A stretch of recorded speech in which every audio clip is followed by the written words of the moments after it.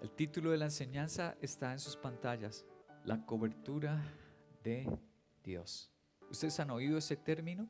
¿Qué entendemos como cobijo o cobertura? ¿Qué entendemos? Es como protección, ¿cierto? Es como algo asegurado. Es una gracia especial. La Biblia lo menciona. El cristianismo ha hablado de esto por muchos años, por siglos. Es una doctrina especial, bellísima, de las Sagradas Escrituras. Hay cosas fascinantes que nos suceden cuando estamos bajo esa cobertura de Dios. Y hay cosas desafortunadas que nos pasan y Dios no puede moverse a ayudarnos. ¿Por qué? Porque no estamos bajo la cobertura. De eso se trata la enseñanza. Voy a iniciar con el profeta Jeremías, capítulo 39, versículo 11 y 12. Dice: en cuanto a Jeremías, el rey Nabucodonosor de Babilonia, había dado la siguiente orden a Nabuzaradán, el comandante de la guardia: vigílalo bien, sin hacerle ningún daño, y haz con él como él mismo te diga. Estamos leyendo de un hijo de Dios versus el enemigo que venía a destruirlos. ¿Quién venía a destruirlos? Dice ahí, el rey de Babilonia. Pero le dio una orden a su general. Dice que el rey está en rojo. Dio una orden, está en rojo, y en rojo también está ningún daño. El hombre más seguro frente a una invasión, frente al arrasamiento y desolación que iba a causar Babilonia, el hombre más protegido, y tal vez el único protegido en el pueblo, era Jeremías. Siglo VII antes de Cristo pasó esto. Hay registros en la historia, muchos registros históricos. Invadió Babilonia a Israel. Lo último que quedaba por ser conquistado, Jerusalén. Allá estaba Jeremías, pero él tenía esto. Estamos leyéndolo en la Biblia. El mismo rey, el enemigo, dio esta orden: no vayan a tocar a Jeremías. Al único que no le hacen daño, a él. Capítulo 40, versículos 2 y 4. El comandante de la guardia tomó aparte a Jeremías y le dijo: el Señor tu Dios decretó esta calamidad para este lugar, es decir, para Israel, para el pueblo de Dios. Ahora el Señor ha cumplido esas amenazas. Todo esto les ha pasado porque pecaron contra el Señor, desobedecieron su voz. Pecado no es solamente adulterar, robar, asesinar, mentir. Pecado es, dice aquí, desobedecer a una voz que Dios me dé, a un llamado, a una orden. Y si yo le desobedezco, es pecado. No obstante, hoy te libero de las cadenas que te sujetaron las manos, le dijo a Jeremías. Si quieres venir conmigo a Babilonia, ven, que yo te cuidaré. Wow, el mismo enemigo está hablando: yo te cuidaré. Pero si no quieres, no lo hagas. Mira, tienes ante tus ojos toda la tierra. Ve a donde más te convenga. ¿No les parece fascinante y extraordinario esto que le pasó a este hijo de Dios llamado Jeremías? Había sufrido mucho sirviéndole a Dios. Le habían dicho que era un mentiroso, un negativista, un terrorista. Le dieron puños, lo mandaron a prisión, porque él decía: arrepiéntanse de sus pecados, están desobedeciendo al Señor. Finalmente se cumplió la palabra. Llegó Babilonia, los conquistó, los humilló, asesinó, esclavizó. Pero había sobre Jeremías, ¿qué? La cobertura de Dios.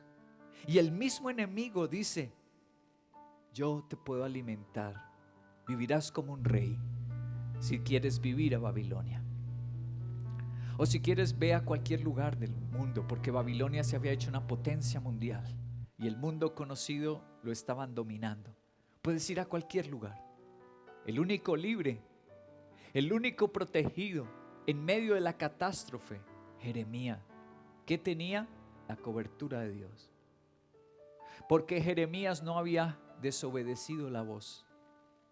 Mucha gente no adulteraba, no fornicaba, no robaba, pero desobedecían el llamado de Dios, de ponerlo en el primer lugar. quiero mostrarles dos ejemplos muy actuales de la cobertura de Dios. Quiero mostrárselo, uno aquí en Colombia, que fue transmitido por todas las noticias, y otro en Texas, en los Estados Unidos. Vamos a empezar con el ejemplo colombiano.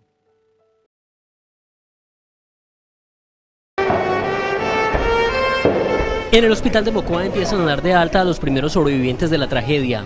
Personas arrasadas por la corriente que lograron alcanzar la orilla y hoy sienten que la vida les dio otra oportunidad. Yo dije, esta casa yo creo que no se la lleva. Y empieza a caer, cuando empezó a caer la primera casa, la segunda, la tercera, empiezo a ver bajar neveras, lavadoras, carros, gente pidiendo auxilio en un carro y yo dije, no, pues hasta aquí llegué. Dios mío, ayúdame, ayúdame, Dios mío, voy a ser fiel contigo. Señor, voy a ser fiel contigo, voy a seguir tu camino verdadero. Ayúdame, Señor. Y ya después empezó a bajar. ¿Estaba la gente pidiendo ayuda?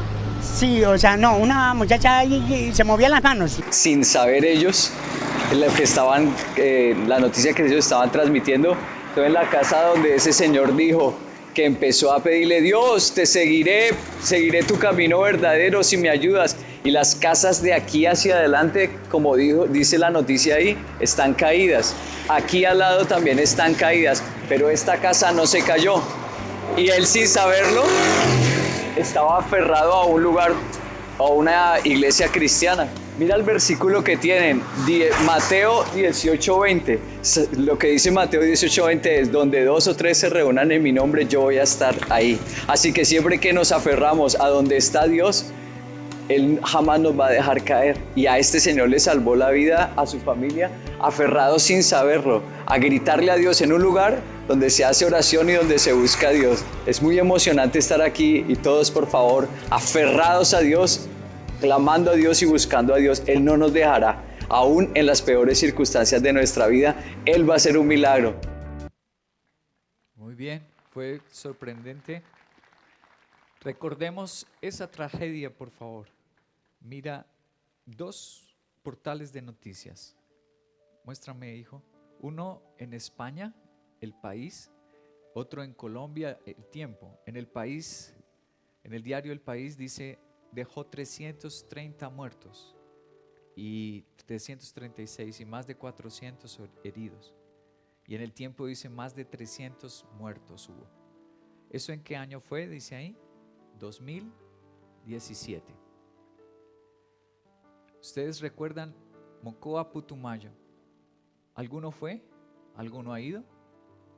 Yo fui unos días después de que eso pasó, porque el canal Cristiano Enlace me pidieron a mí hacer una campaña durante 3 días, predicando en todas las iglesias cristianas y predicando en la calle. Y enviaron unas estufas y enviaron también unas ollas para obsequiarle a los cristianos que estaban cocinando en la calle. Yo vi eso, no había luz eléctrica, no había acueducto, todo fue destruido. La gente estaba viviendo en carpas, era terrible, y cocinaban en la calle. 3 horas llovió lo que llueve en un mes en todo Putumayo. Lo que todo un mes llueve en Putumayo, que es un lugar de alta pluviosidad, de alta lluvia, llovió en 3 horas. Eso provocó que 3 ríos se unieran y se desbordaran. Y habían piedras tan grandes como esta carpa. Imagínate qué haces tú frente a una piedra así de este tamaño. Yo las vi. Obviamente barrios enteros no se veían. Fueron sepultados bajo las piedras. Fue terrible lo que observé. Pero fue fascinante cuando yo llegué a ese lugar de esa iglesia y la iglesia estaba intacta. Y como vieron ese noticiero, registró a este hombre que estaba contando que la corriente del agua lo llevó hasta esa pared, esa columna que él se aferró, y él no sabía que era esa iglesia, que era una iglesia cristiana. Y lo escucharon que él empezó a pedir, Dios, me arrepiento, ahora sí te voy a seguir, sálvame. Y cuando él empezó a gritar eso, la cobertura de Dios vino y Dios le salvó la vida a ese hombre.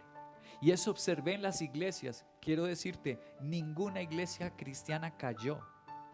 La avalancha pasó, pero a ninguna de las iglesias cristianas tumbó. las iglesias permanecieron intactas. ¿No le das gloria a Dios? Fue impresionante para mí ver eso, fue impresionante. Lo vi y en esas iglesias prediqué. Ahora les dije que iba a dar otro ejemplo. ¿Dónde? Texas. Vamos a ver qué pasó en Texas.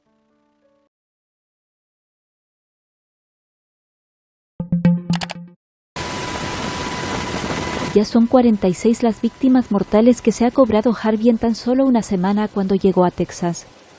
Aunque esa cifra aún podría aumentar mientras se completan las labores de rescate. En contraste, las zonas más afectadas empiezan a entrar en fase de recuperación, como es el caso de Houston, anegada por las aguas. En Beaumont, una de las ciudades aún más afectadas con unos 120,000 habitantes, la situación sigue siendo preocupante, especialmente porque desde hace días no cuentan con agua potable. La Casa Blanca calcula que en total alrededor de 100,000 viviendas han resultado dañadas, mientras que las autoridades estatales elevan esa cifra a 185,000. El huracán Harvey. ¿Qué año fue? Aquí están los portales de noticias. Fue en el 2000, hace 6 años, 2018. Fue el huracán Harvey. Y mira esta noticia: iglesia permanece intacta tras el paso del potente huracán. Igual decenas de muertos. ¿Escucharon la noticia? Decenas de miles de casas destruidas. Ustedes saben que en las calles hay letreros que dicen, por ejemplo aquí dice, cuando salimos de Bogotá dice Vía La Vega, ¿cierto? Enormes letreros. ¿A cuánta altura estarán eso en los postes? ¿5 metros? Claro, porque alcanza a pasar una tractomula. 6 metros arriba. Las imágenes de Harvey por esas calles de Houston y de varios pueblos, esos letreros quedaron sumergidos. Imagínate cómo fue eso. Fue impresionante. Y dice aquí esta noticia: Estados Unidos, los destrozos ocasionados por el huracán Harvey fueron enormes, pero la iglesia cristiana permaneció intacta ante la tormenta. El pastor que se quedó en el templo dijo que era un milagro de Dios. Aquí orando, creyendo que el huracán perderá fuerza o que algo milagroso sucederá. Muchas veces actuamos por lo que vemos, en vez de creer que Dios puede hacer algo sobrenatural, dijo. Estas declaraciones fueron criticadas en las redes sociales. Fue convocado a salir de la ciudad para salvar su vida. El pastor decidió quedarse, siendo catalogado de fanático. La gente no te va a felicitar por vivir por fe, no. Te van a criticar cuando vives por fe y obedeces a Dios. Después del paso del huracán Harvey, Naranjo, es el apellido del pastor, publicó un video en Facebook donde aparece junto a su esposa diciendo que estaba reportando que estaban bien, que a pesar de las críticas, Dios era fiel, había cuidado de su familia y de su iglesia. El pastor invitó a la gente que se acerquen más a Dios y decidan tener una relación más cercana con el Señor. ¿Qué tuvo esa iglesia en medio del huracán? Dios eligió extender su cobertura, igual que Jeremías. Estoy leyéndote la palabra de Dios hecha realidad, y que cuando le obedecemos, no solamente en aquello de no adulterar, no embriagarse, no drogarse, no robar, no asesinar, sino cuando le obedecemos su voz de predicar como Jeremías, de ser un pastor suyo. Cuando seguimos su voluntad, Él extiende la cobertura. ¿Por qué tenía entonces la cobertura Jeremías? Algunos pensarán, es que él era un agente secreto de Babilonia. No. Él era un informante de Nabucodonosor. No. Él era de espionaje babilónico. Tampoco. Leamos lo que el Señor nos dice. Jeremías 17, versículos 5 al 9. Así dice el Señor: maldito el que confía ¿en quién? En hombres, que se apoya en fuerzas humanas y aparta su ¿qué? Corazón del Señor. Será como una zarza en el desierto. No se dará cuenta cuando le llegue el bien. Morará en sequedad del desierto, en tierra de sal, donde nadie habita. Yo creo que por eso la gente le dice a alguien cuando le va mal, está salado. ¿Se han oído eso? Porque la Biblia dice que el que confía en su corazón, el que ya Jesucristo no es su Dios, sino lo que siente. Si no me siento bien, no lo hago. Si no me parece, no sirvo. El que ya su Dios es el corazón, dice el Señor, que quedará salado, vivirá en tierra de sal, donde nadie habita. Bendito el hombre que confía en el Señor y que pone su confianza en Él. Será como un árbol no salvaje, dice plantado, se deja plantar, se deja podar, se somete a Dios.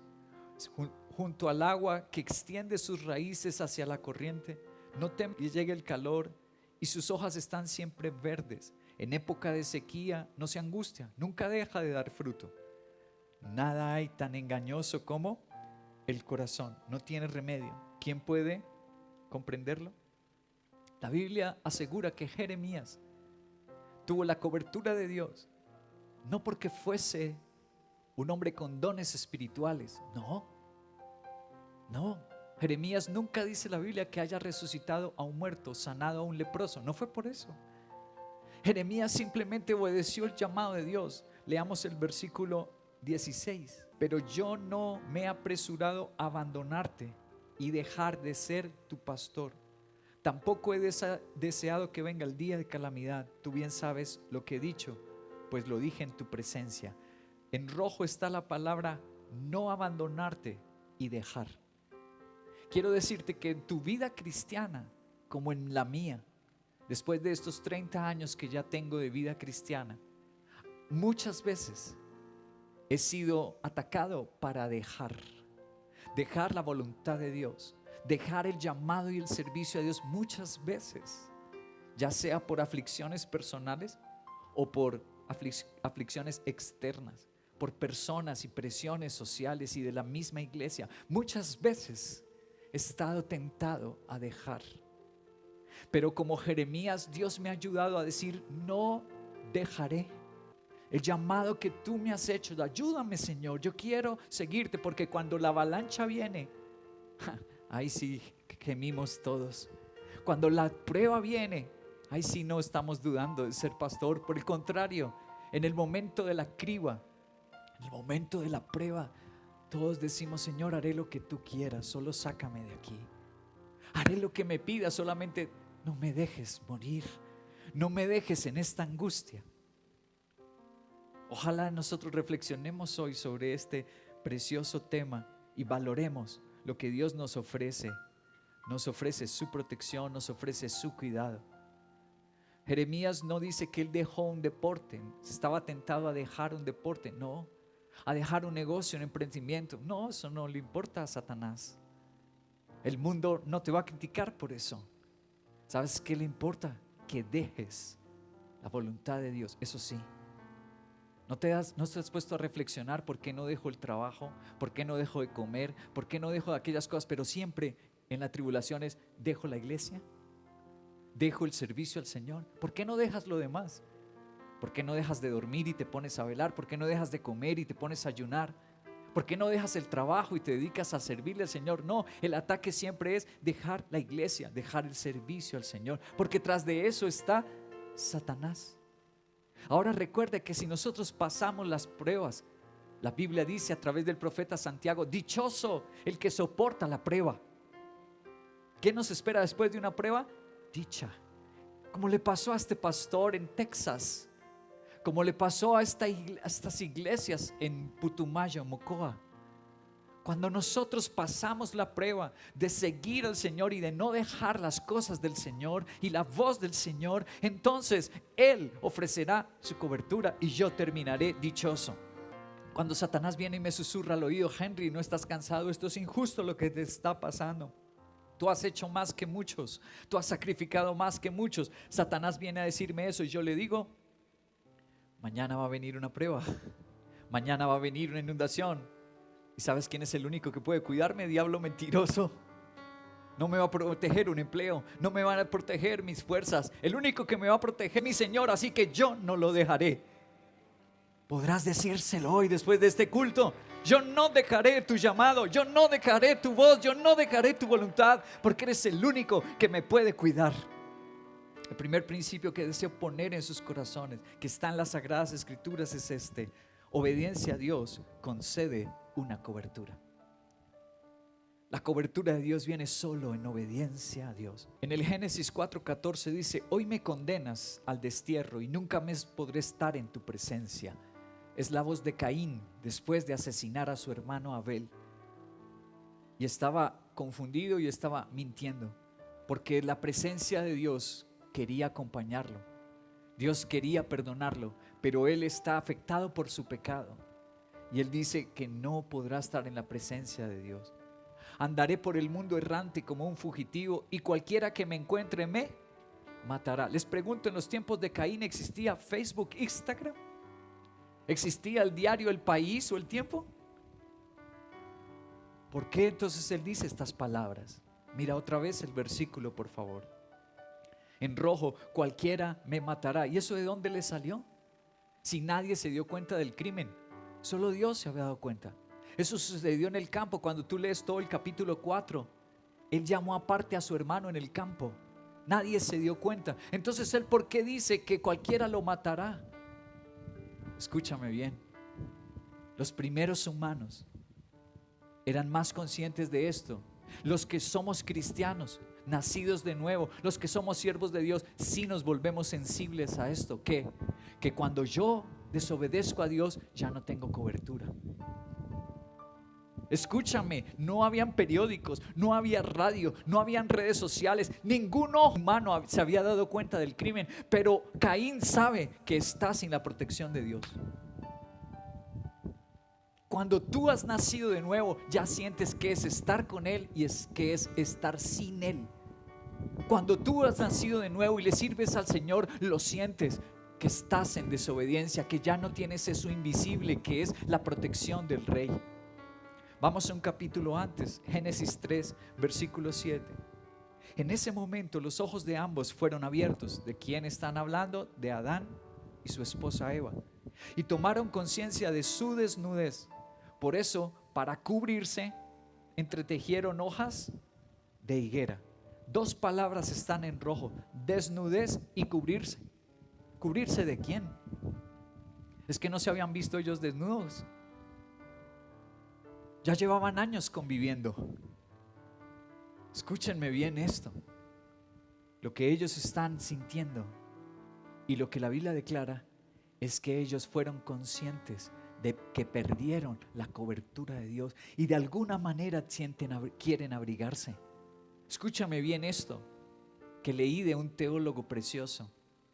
Todo lo que Dios creó está bajo su cobertura. El planeta Tierra no existe si no hay cobertura de atmósfera. ¿Eso es verdad o no? Las aves del cielo no pudieran sobrevivir sin la cobertura de Dios. Tienen plumas. Todo lo que Dios creó, los árboles tienen hojas, las aves tienen plumas, la tierra tiene atmósfera, todo tiene cobijo, todo tiene cobertura. Y el hombre, cuando pecó, perdió la cobertura. Y Caín, cuando pecó, perdió la cobertura. Y es lo que la Biblia nos está expresando. Ellos fueron conscientes de que Dios ya no iba a poder protegerlos. Espero que nosotros también lo seamos. Vamos a ver cómo lo explica el Nuevo Testamento. Hebreos capítulo 2, versículos 5 al 7. Dios puso bajo el dominio de los ángeles el mundo venidero. Perdón, Dios no puso, escúcheme, leí incorrectamente. Dios no puso bajo el dominio de los ángeles el mundo venidero. Estamos leyendo sobre el Génesis cuando Dios creó el mundo. Dice que los que gobernaban el mundo no eran los ángeles. Como alguien ha atestiguado en algún lugar, ¿qué es el hombre para que en él pienses? ¿Qué es el ser humano para que lo tomes en cuenta? Lo hiciste cuando Dios creó a los hombres un poco menor que los ángeles, pero lo coronaste de gloria y de honra. Está hablando de la creación, Hebreos 2. Y dice que al hombre lo puso como gobernante de este mundo, lo coronó. La palabra en rojo, coronarse, te la voy a mostrar en el griego y su significado. Es la palabra estéfanos, de corona. Estéfano el hombre fue coronado. Pero mira lo que significa en el diccionario griego de más prestigio que existe en el mundo. Dice ser coronado literal o figurativamente. O sea, los hombres no andaban con corona física. Está usando es una comparación o una figura. Lenguaje figurativo. Voy a ir a otro momento donde se lee el mismo versículo. Salmo 8:5 dice: lo hiciste poco menor que los ángeles. Está hablando de los seres humanos cuando fuimos creados. Y lo coronaste de gloria y honra. Lo mismo que Hebreos 2 está hablando el Salmo 8. Pero aquí ya no está en griego. Entonces, ¿qué significa la palabra coronarse en hebreo? Míralo. Es la palabra atar. La palabra hebrea atar, y lo que significa atar es rodear, cubrir o coronar. ¿Qué tenía el ser humano? Una cubierta, cubrirse. Estaba rodeado por Dios, estaba cubierto por Él y coronado por Dios mismo. Es la palabra más antigua que tenemos para explicar qué significa que el hombre haya sido coronado en el jardín del Edén, que haya sido coronado cuando fue creado. Es que lo rodeó Dios y lo cubrió Dios. No es mi entendimiento. Quiero recordarles que yo estudio las escrituras para poder exponer el tema. Por ejemplo, vamos a uno de los teólogos más reconocidos del mundo, de la Reforma, siglo XVI, francés. Leamos a Juan Calvino. Juan Calvino dice sobre la palabra coronarse: ser coronado en esta parte de la Biblia se toma metafóricamente, dice Juan Calvino, como si el escritor hubiera dicho: está vestido y adornado de honor. Eso nos dice Juan Calvino. Dice que la palabra coronarse, tanto en Hebreos 2 como en el Salmo 8, no es literal. No es que Adán y Eva andaban con una corona física. No. Juan Calvino explica que es como un vestido que lo había puesto Dios sobre los seres humanos para llenarlo de honor y de honra. Voy a darte dos ejemplos en las Sagradas Escrituras de quienes perdieron la cobertura de Dios, además de Caín, además de Adán y Eva. Te voy a mostrar dos ejemplos, uno en el Nuevo Testamento y otro en el Antiguo Testamento. Primero voy a ir a 1 de Corintios capítulo 5, versículo 1 y versículo 5. 1 de Corintios 5, verso 1 y verso 5 dice: es ya del dominio público que hay entre ustedes un caso de inmoralidad sexual. ¿Entre quiénes? ¿Esta carta a quién va dirigida? ¿Entre quién estaba esa inmoralidad sexual? Les pregunto. En la iglesia, porque la carta va dirigida a una iglesia, y entre la iglesia alguien estaba en inmoralidad sexual. ¿Y qué clase de inmoralidad? Sigamos. Ni siquiera entre los paganos se tolera esto, a saber que uno de ustedes tiene por mujer a la esposa de su padre. Incesto. Wow. Asistía a la iglesia y ¿qué practicaba? Incesto. ¿Qué es lo que Dios dice a ese ser humano que está practicando incesto? Versículo 5: entreguen a ese hombre a Satanás para la destrucción de su carne, a fin de que su espíritu sea salvo en el día del Señor. ¿Cuál es la orden de Dios para esa persona que estando dentro de la iglesia sigue practicando esa inmoralidad, esa maldad? Dice: entréguelo a Satanás. ¿Qué significa entregar a Satanás? ¿Cómo lo hacían? Tenemos registro de eso, lo podemos saber que era entregar a Satanás. ¿Y cómo se hacía eso, entregar a Satanás a alguien rebelde en la iglesia, con una rebelión tan abominable como esa de cometer incesto y no arrepentirse? Se los voy a mostrar, versículo 13, 1 de Corintios 5:13. Así se hacía y en esto consistía: Dios juzgará a los de afuera, expulsen al malvado de entre ustedes. Entregar a Satanás era ¿qué hacer? Expulsarlo de la iglesia. Al salir de la iglesia queda sin la ¿qué? Muchas gracias. Entregarlo a Satanás era que perdiera la cobertura de Dios. Otro caso, les dije que el otro estaba en el Antiguo Testamento. Job capítulo 1, versículo 9 al 11. Satanás replicó: ¿y acaso Job te honra sin esperar nada a cambio? ¿Acaso no está bajo tu protección él y su familia y todas sus posesiones? De tal modo has bendecido la obra de sus manos, que sus rebaños y ganados llenan toda la tierra. Pero extiende la mano y quítale todo lo que posee, a ver si no te maldice en tu propia cara. Este es el otro caso. En el Antiguo Testamento, el diablo le dice: yo no puedo tocarlo porque él está abajo. Tienes protegido todo. Satanás le dice: pero quítale la cobertura, déjame a mí tocarlo, y verás que él va a irse, va a empezar a ser un enemigo de la iglesia, blasfemo, va a ser un rebelde, va a ser un crítico, ya no va a ser noble y humilde, ya no va a ser agradecido. Él se va a rebelar, y Dios aceptó quitar la cobertura. Y como tú sabes, Satanás vino y hizo daño a su familia, y afectó su economía y afectó su salud. Quedó enfermo. Voy a ir al comentario de otro teólogo, ya no un francés, sino este es un alemán, se llama Arno Clemens Gébelin. Él es muy conocido por la Biblia Gébelin. Hay toda una Biblia con los comentarios suyos, se llama la Biblia Gébelin. De niño su familia emigró a los Estados Unidos. Se congregaron en la iglesia metodista, doctor en teología de la iglesia metodista, editor del periódico Our Hope, Nuestra Esperanza, en los Estados Unidos, y también colaboró con la Biblia Scofield, que está en español. Un gran hombre erudito. Él dijo así sobre este tema. Dijo: el rebelde debía ser expulsado, debía verse físicamente destruido y quebrantado. Así sería libre de las ilusiones y fantasías del pecado. Está hablando del hombre incestuoso que tenía a la esposa de su padre cometiendo incesto. Su mente aprendería a discernir entre el bien y el mal. Sería una gran bendición, aunque la forma era terrible. Se ha dicho que es poco caritativo y severo tratar de esa manera a alguien en la iglesia, pero no es cierto. Más bien es una medida de gracia bíblica humillar a alguien así, para traerlo de regreso al lugar de la bendición. Eso es lo que nos están enseñando los teólogos. No es que Dios sea inmisericordia, al contrario.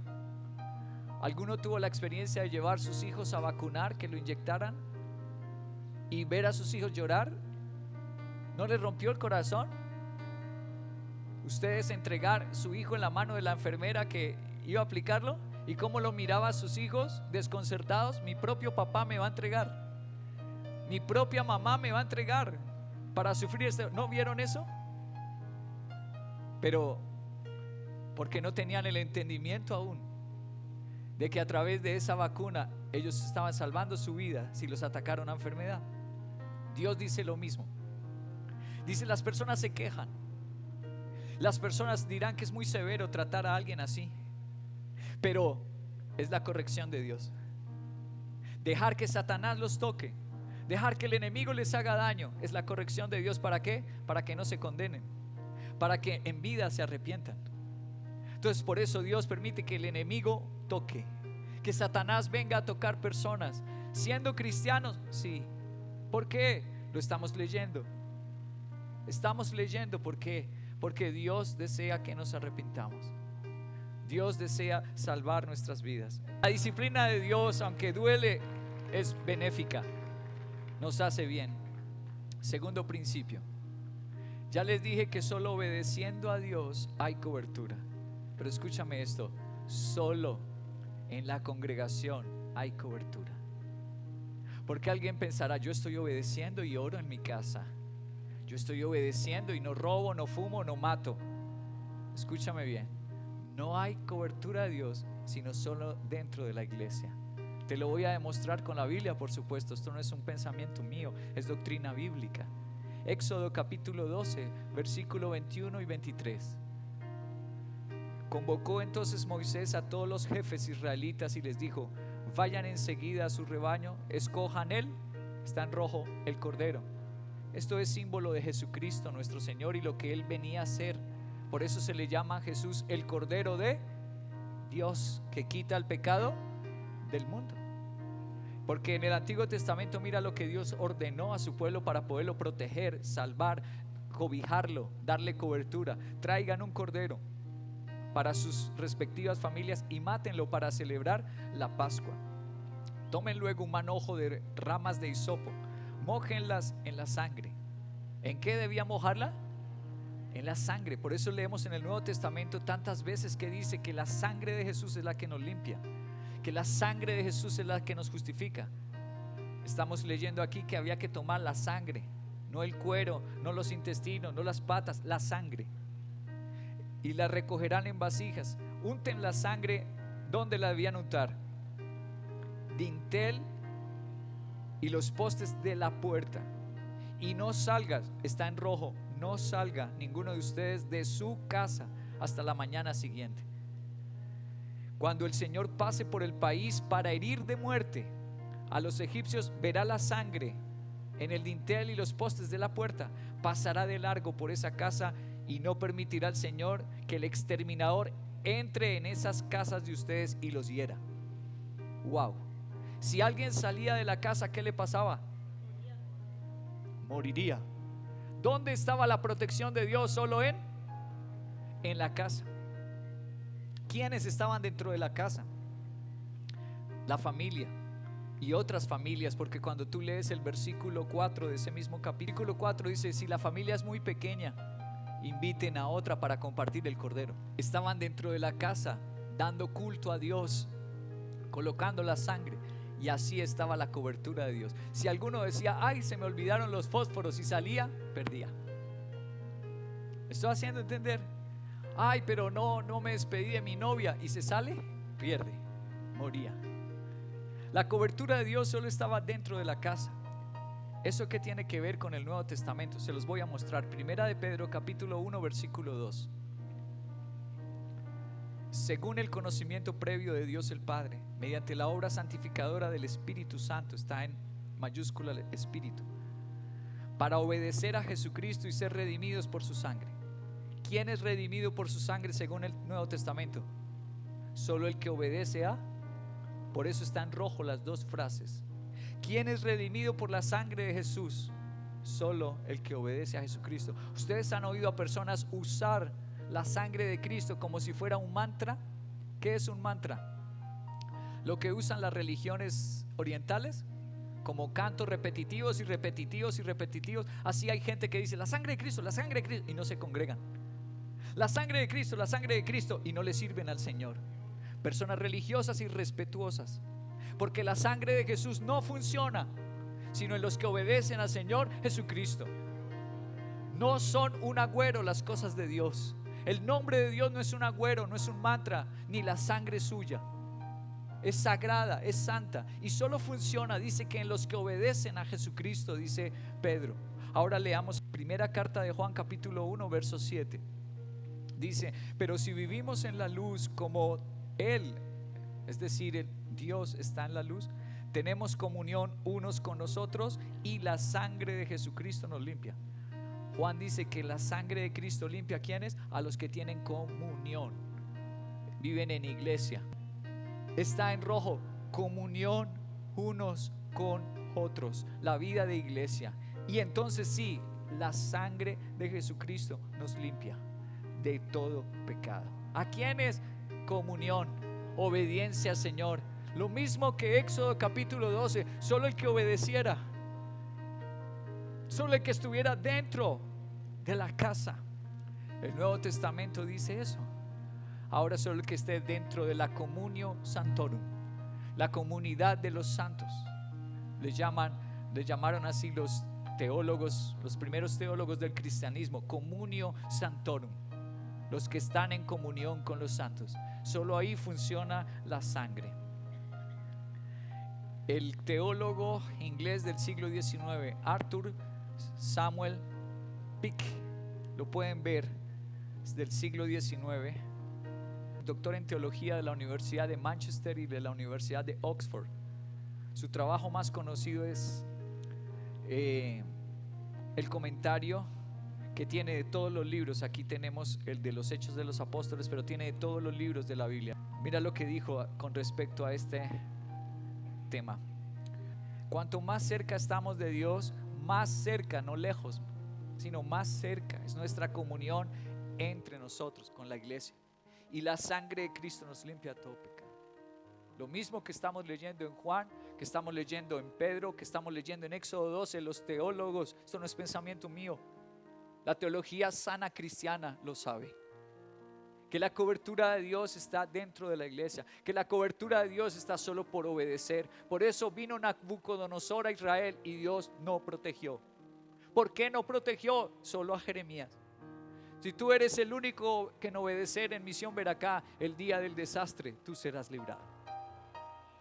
Los que estamos en obediencia, los que servimos al Rey, Dios no lo promete sobre todos, pero sí lo promete sobre el que obedezca a su voz. Sobre Jeremías se lo cumplió y me lo va a cumplir a mí y lo va a cumplir a ti si obedeces al Señor. Su cobertura es vital y absolutamente necesaria. No, yo para qué la necesito, yo puedo vivir sin ella. Ay, Dios mío.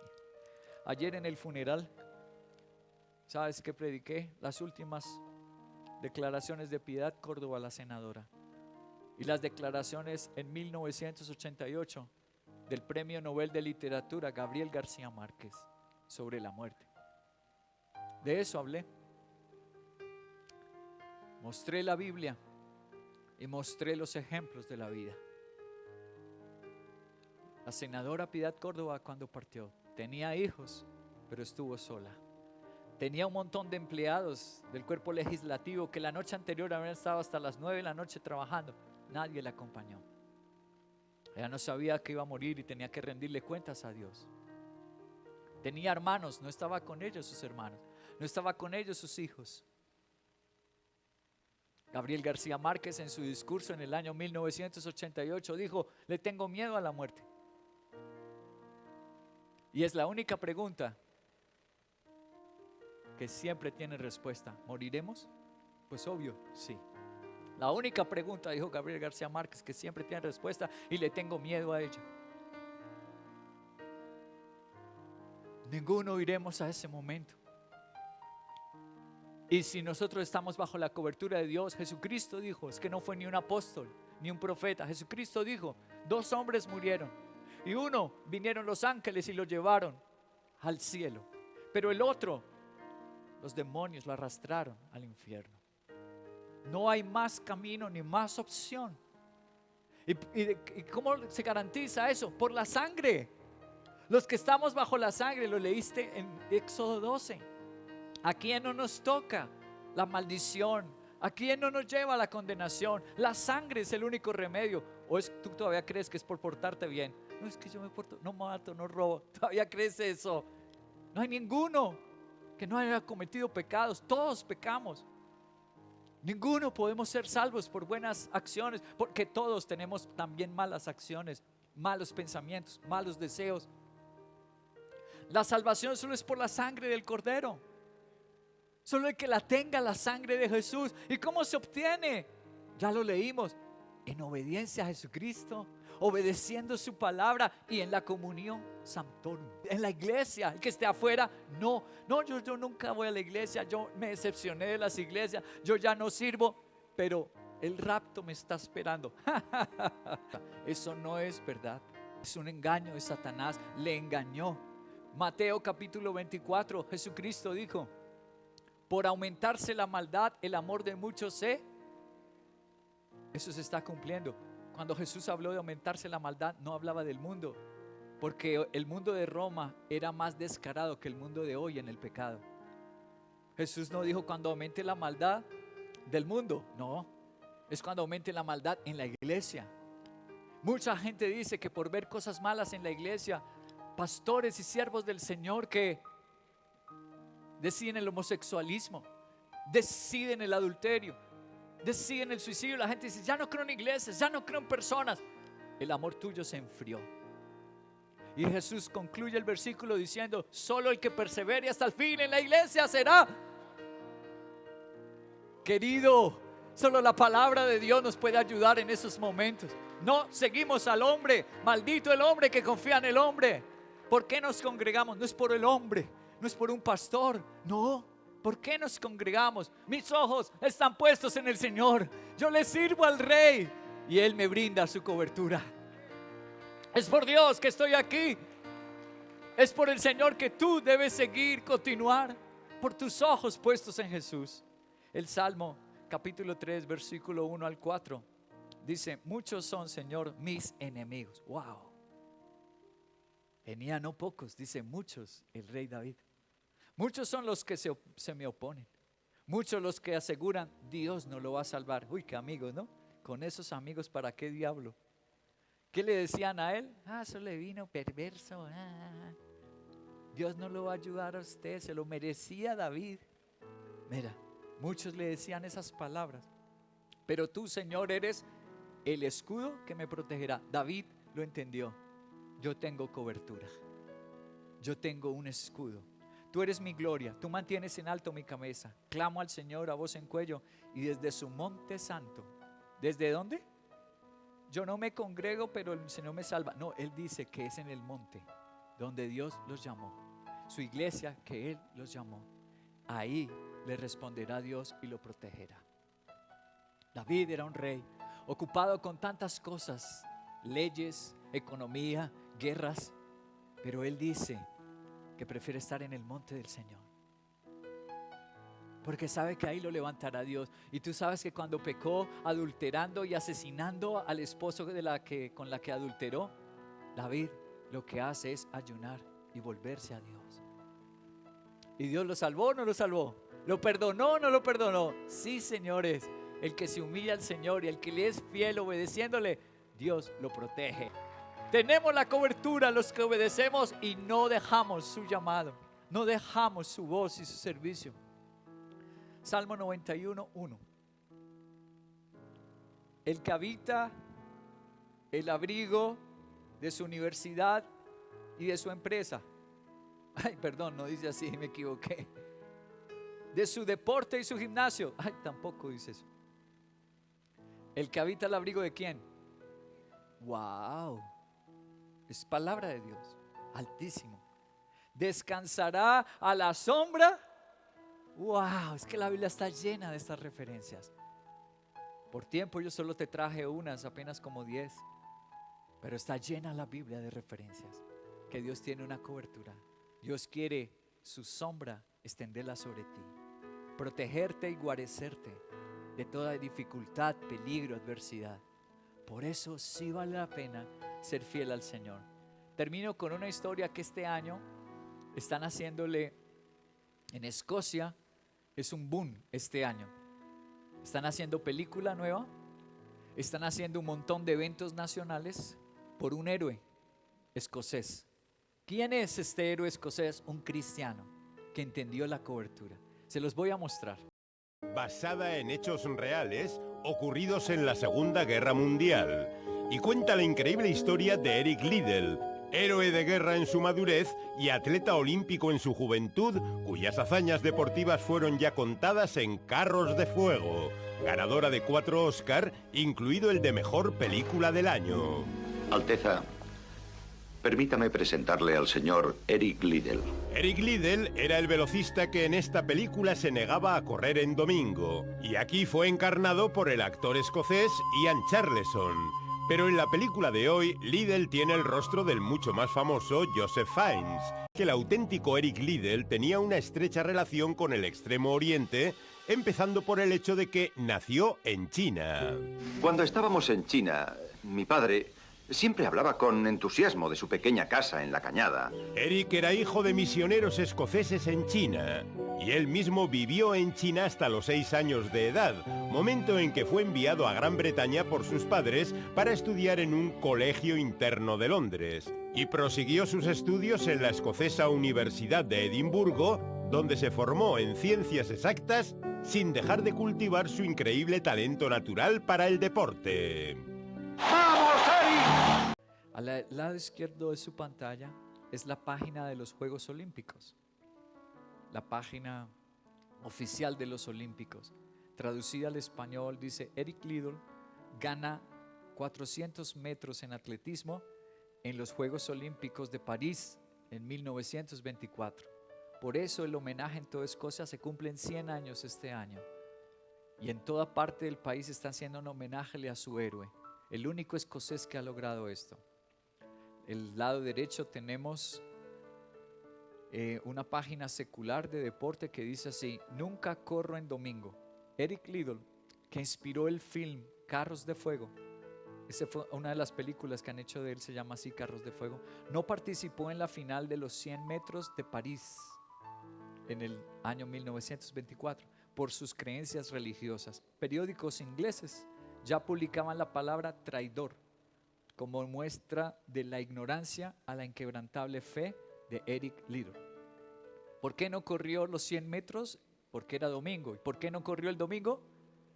Eric Liddell dijo a su entrenador y a los que iban dirigiendo la comisión escocesa de todos los deportistas que viajaron a París, le dijo con respeto: pero nunca en mi vida he faltado a un culto, porque mis padres son misioneros en China, mis padres son pastores. Nunca en mi vida he fallado a un culto al Señor. Y ahora, aunque sean los Juegos Olímpicos, me rehúso a correr. No voy a correr porque es domingo y el domingo es el día del Señor. No corrió los 100 metros. Los periódicos le llamaron, ¿lo vieron ahí? ¿Cómo le llamaron? Traidor. Esa fue la palabra más bonita. Le decían fanático, le decían de todo. Pero en el día miércoles volvió el entrenador, como él era tan bueno, le pidió que corriera en 400 metros. Y en 400 metros ganó medalla de oro y puso récord mundial. Y tardaron más de 30 años para alguien poder superar el récord. Gracias, Señor, eres extraordinario, Señor. ¡Wow! Eric Liddell comprendió que cuando uno honra a Dios, Dios lo honra. Eric Liddell comprendió que la carrera del domingo era una prueba y él pasó la prueba. ¿Qué prueba estás viviendo tú para dejar de servir al Señor? Comprende que si sigues obedeciendo y derramas lágrimas y le castigas a tu corazón que te está diciendo: no sigas, no sirvas, no lo hagas, descansa, mereces descanso, ya has hecho mucho. Si tú no le haces caso a tu corazón, como dice Jeremías 17, maldito el que se apoya en su corazón. Si no te apoyas en él, 2024, y pasas la prueba y dices: Señor, aunque me duela, aunque es difícil, yo voy a seguirte. Vendrá tu día miércoles, vendrá tu medalla de oro, vendrá tu regocijo. Todo el país de Escocia, tú puedes ver las noticias de Escocia. Este año es de celebración, porque ningún deportista ha logrado el récord que logró Eric Liddell. Se cumplen 100 años, están haciendo una nueva película y homenajes en todo el país. Impresionante. En las escuelas, en los colegios, tienen ordenado pasarle la historia a los niños y a los jóvenes. Y ahí se van a enterar que ese hombre no corrió un domingo por honrar a Dios. Y Dios lo honró a él el día miércoles con la medalla de oro y récord mundial. Bendito sea nuestro Dios. Sí vale la pena estar bajo. Sí vale la pena estar bajo la cobertura de Dios. Nadie más puede ofrecer lo que Él ofrece.